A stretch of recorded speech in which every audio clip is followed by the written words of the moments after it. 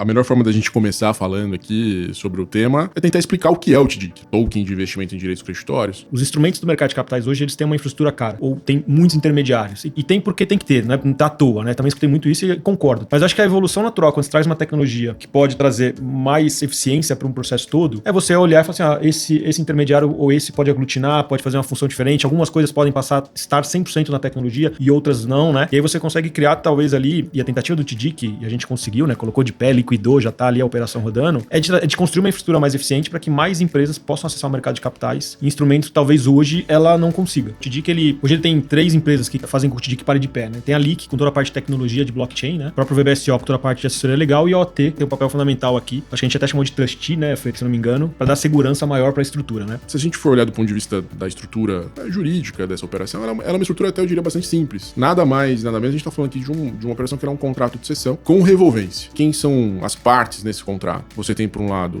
um cedente, que é a empresa interessada em captar recursos fazendo a venda de seus recebíveis, né, de um contas a receber. E você tem como contraparte, né, que seriam os cessionários, os próprios token holders, né, que são os investidores. E ao se tornar parte desse contrato, ela passa automaticamente a ser dona dos próprios recebíveis, né? Então esse aqui já é o primeiro ponto para a gente marcar uma distinção do que o token não é. O token não é um ativo. O ativo é o recebível. Só que essa estrutura não se resume a um único token. Na verdade, a gente tem um conjunto de tokens que funcionam de fato como uma infraestrutura que busca automatizar o processo de cessão e de revolvência. Desde a verificação de critérios de elegibilidade, desde o processo de efetiva aquisição e transferência de propriedade e liquidação da cessão, né? Então o famoso DVP, né? O Delivery versus Payment, e também uma estrutura de liquidação de pagamentos, né? Então onde você efetua os pagamentos aos investidores também por meio de uma estrutura de tokens. Então talvez uma das grandes questões aqui é a gente usar realmente a tecnologia, né, como infraestrutura para uma operação típica, clássica do mercado de capitais, no mercado financeiro em geral, né? Que é feita todos os dias, que é uma operação de cessão, só que com revolvência. Automaticamente esse token vai adquirindo novos recebíveis até um determinado momento